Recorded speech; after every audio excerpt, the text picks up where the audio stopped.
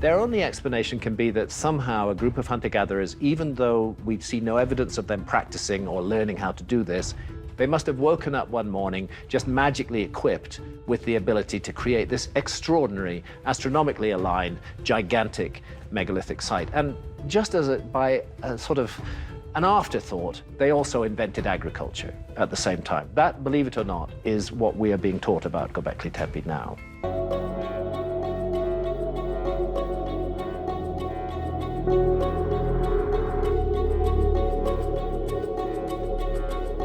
If you look at our history and everything that's happened, if you really look deeply, you'll see where there's a lot of cover-up of different things, especially archaeologically.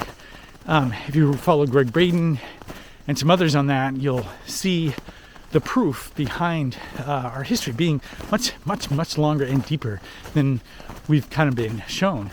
So it's having discernment, and part of that discernment, I think, comes from intuition. The more you trust your inner intuition, the easier it is, I think, to have discernment for fact or fiction, or what's out there and being a distraction versus something that's useful. With the way things are set up, it's harder and harder to see what's real and what isn't. When you have intuition as part of your setup on an ongoing basis, and you strengthen it as a muscle on an ongoing basis, it allows you to more and more, or more often than not, see through some of the deception that comes up. So definitely recommend it to just develop some intuition, to use different exercises to kind of just make it a muscle that you have, and you'll come to trust it more and more, and in that sense it can actually save your life.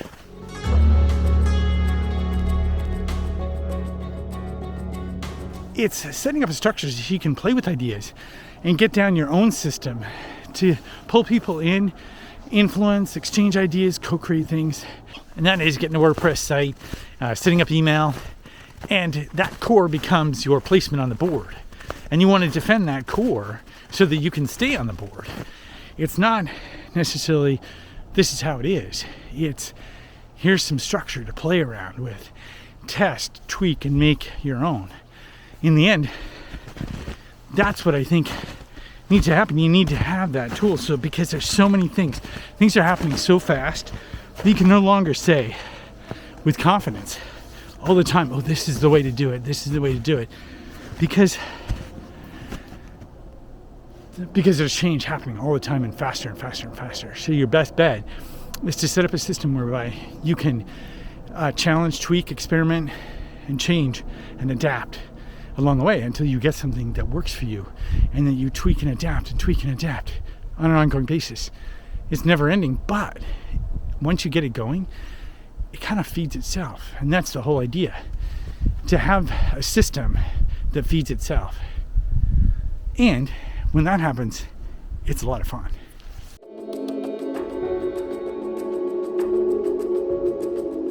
So you have that core, but the other part of the core, I see it as your Ikigai, or your why, and knowing what that why is overall, and developing that why over time, and so that it strengthens. And that's your core, because it gets you through these changes and dips and valleys and all that kind of stuff. So your Ikigai, your why, is found within your manifesto, let's say. And you put that manifesto out for others to see.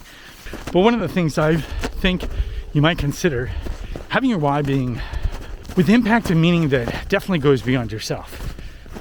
Having that in place then will be much more resilient than any other kind of milestones you might come up with, or factors you might come up with. One thing I see a lot of people come back to again and again and again is this connection we have as a species, and our collective intelligence, and our ability to kind of come together when it really matters.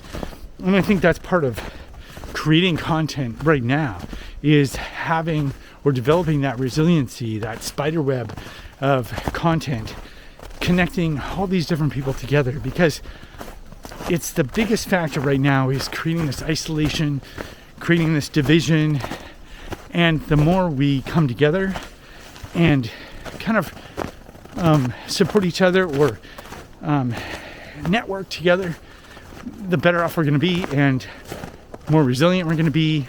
If you look, more often than not, that banking system is a lot of what's to blame. So if you put a lot of your Ikigai on money, I think you're falling into the trap of that banking system, the banking cartel, because all that money is actually printed from nothing, and they charge interest on it when they printed it from nothing.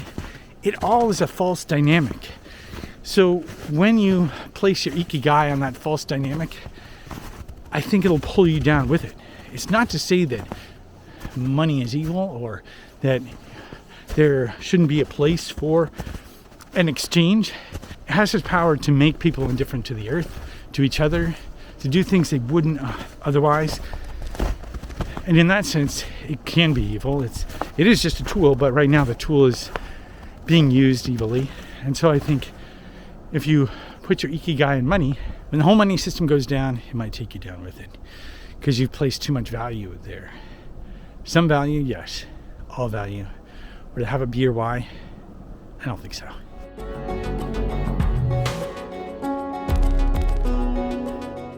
So free writing isn't that hard to do. It's very simple. You're just writing without stopping.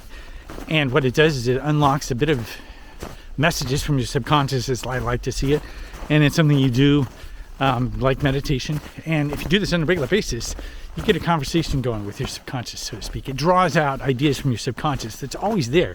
Your subconscious sees everything and anything that you've always done. And by doing free writing, you can actually draw out some of the stuff faster than you would if you just relied on insights to come. You get these golden nuggets from free writing. So definitely highly recommend it. And I'll have some different ideas in future videos on free writing. But it's a really good technique for drawing out some of your Ikigai, some of your core messages. So it's something to use, have a notebook and start drawing out ideas and just see where it goes. But once you have your Ikigai and you have your core and you develop your core messages and you have it on there, if you always have those, you'll always have a place on the board. And as long as you always have a place on the board, you can influence change in a positive way. You can influence other people, you can help other people. It's awesome. So that's your core. And when you keep that resiliency alive with some of what Juan O Savin says, and then you practice a bit of magic with the art of allowing, like what Abraham Hicks talks about. And when you have those both kind of combined together, then they give you this wonderful mix where you're able to stay on the board as long as you want to. So that's the key, is to develop this core. That's the first part of our challenge. Now, to get this done, of course, you'll need a WordPress site. Highly recommend Thrive Themes. Thrive Themes has it's a membership. You get a bunch of plugins also that are invaluable. And get this is the coolest part. You have Apprentice, which allows you to create your own courses. And this part is awesome because if later on down the line you decide you want to create an online offer, that course development is going to be invaluable. It's going to save you a ton of money in terms of trying to get that done elsewhere. Plus, it gives you more resiliency, again, because you're able to keep doing the content you want, despite what third parties might try to do. So, I highly recommend Thrive Themes. And Shane, the owner and operator of Thrive Themes, behind Thrive Themes, is awesome. He's very grounded. He gives you a lot of marketing ideas without the hype. And he's just very grounded. So I highly recommend Thrive Themes. There's a link down below. If you go through that link, it's at no cost to you. It helps me keep going.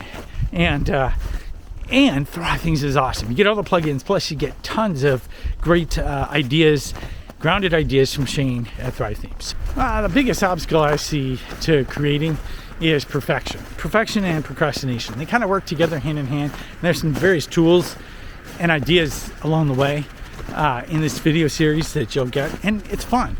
But the biggest thing I can say right now is that oftentimes the content feels unworthwhile, it feels stupid, it's definitely not perfect. And so that gets you to not do it or to quit. But there's golden nuggets, there's these golden pieces of content that really hit it out of the park. And when you get to those, or when you get it to do what it should do, man, then it makes it worthwhile. But you have to remember that feeling, because you have to pull that feeling with you, because even after you make a home run, you're still going to go up to bat and miss, or, you know, not make a home run.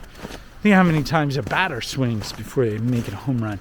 You have to keep that idea alive in the next home run so that you can keep swinging. That's how you keep creating content without quitting. Now, this is just the first video in the Be the Media Content Marketing Challenge. You can sign up for below. And it'll definitely help you set up a system that'll feed itself and that you can continue to tweak and modify and make it your own. So definitely worth signing up for.